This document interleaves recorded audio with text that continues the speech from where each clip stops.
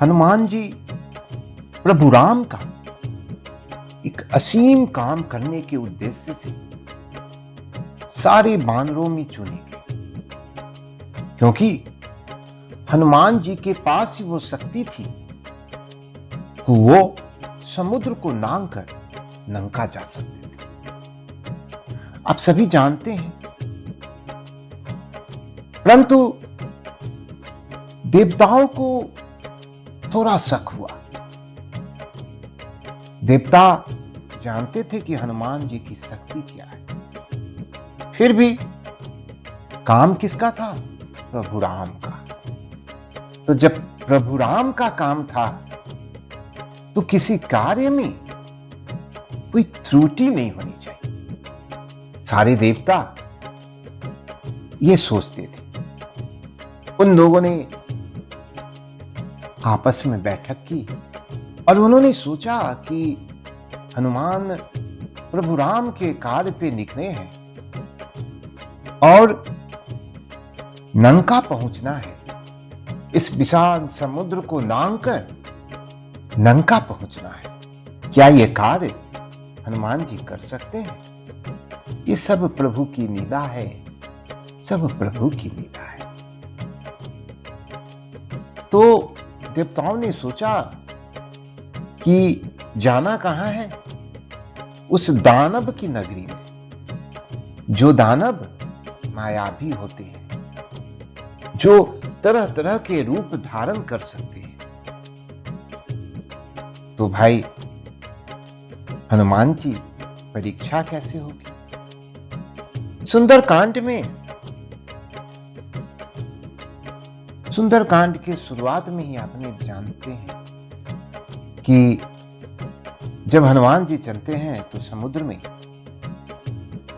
एक राक्षसी को समुद्र के बीच में प्रकट किया जाता है। जी हां, मैं बात कर रहा हूं सुरसा। और वो सुरसा थी कौन? और सुरसा का चुनाव क्यों किया गया? इसके पीछे भी कई कारण हैं। वाल्मीकि रामायण हो या फिर रामचरितमानस हो, दोनों धर्म ग्रंथों में सुरसा के विषय में विस्तार से चर्चा की गई है और उसी से हम और आप जान पाते हैं कि सुरसा थी कौन। जात पवन सुत देवन देखा, जाने कहूं बल बुद्धि विशेषा, सुरसा नाम अहिन कै माता, पठहिन आई कहीं ते ही बाता।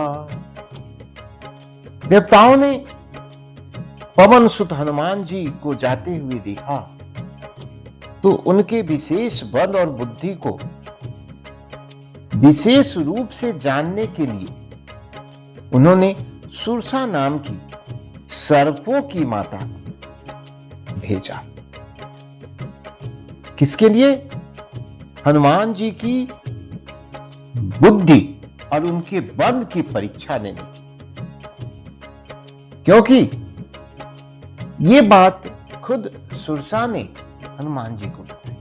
लेकिन ये सुरसा थी कौन? दक्ष प्रजापति की 8 कन्याएं थी। अदिति, दीति, दनु, कादिका, ताम्रा, क्रोधवशा, मनु और अनला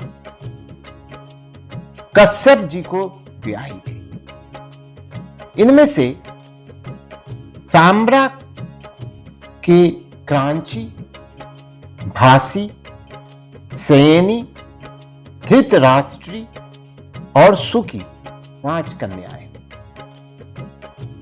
इनमें से सुकी के नता नाम की कन्या और नता की कन्या बिनता हुई। और इस विनता के दो पुत्र अरुण और गरुड़, गरुड़ जी को आप अच्छी तरह जानते हैं, और दो और कन्याएं, पहली सुरसा और दूसरी कद्रु हुई। कद्रु नागों की माता हुई। इस तरह सुरसा गरुड़ जी की बहन हुई। सुरसा सूर्य के समान बड़ी तेजस्विनी थी। वह स्वेच्छा अनुसार रूप धारण कर सकती थी और यह गुण दानवों में होता था। तो जब दानवों के खिलाफ मैदान को हमें जीत हासिल करना है, तो दानवों के माफिक जिसमें गुण हो, जिसमें सामर्थ हो, उसको ही देवताओं ने हनुमान जी का परीक्षा लेने के लिए चुना। देवताओं ने इससे भयानक पर्वताकार राक्षसी का रूप धारण करके परीक्षा करने को कहा। राक्षसी बनकर यह हनुमान जी के सामने राह रोककर खड़ी हो गई और कहा कि ब्रह्मा का मुझे वरदान है कि कोई मुझे नांग कर नहीं जा सकता। देवताओं ने तुम्हें मेरा भक्ष्य किया है, अतएव यदि तुम जाना चाहते हो तो मेरे मुख में पहले प्रवेश करो, और फिर मेरे मुख में प्रवेश करने के बाद तुम चाहो तो उसमें से निकल जाना। यहां सुरसा ने पर्वत का रूप धारण किया और राक्षस का रूप धारण किया, और देवताओं के अनुसार उसके बड़े बड़े मुख में दांत थे, जो राक्षसों की हर एक गुण को दर्शाने के लिए देवताओं ने निर्देश दिया था। भला देवताओं में इतनी शक्ति कहां थी और इतना सामर्थ्य कहां था कि वो हनुमान जी का परीक्षा ले सके। वे डर भी रहे थे कि अगर हनुमान जी क्रोधित हो गए तब तो सारे देवताओं की खैर नहीं। अतः इस कारण से भी उन लोगों ने एक स्त्री को चुना, क्योंकि हनुमान जी क्या है? ब्रह्मचारी है, और ब्रह्मचारी स्त्री को ज्यादा तकलीफ नहीं दे सकता, ज्यादा परेशान नहीं कर सकता, और वो उसे क्षमा कर देगा, उसकी गलतियों के लिए क्षमा कर देगा। और चूंकि सुरसा में बुद्धिमता भी थी और तेजस्विनी भी थी, और राक्षसों की जो माया का विद्या था वो भी जानती थी, अतः इस कार्य के लिए देवताओं ने सुरसा को सर्वश्रेष्ठ समझा।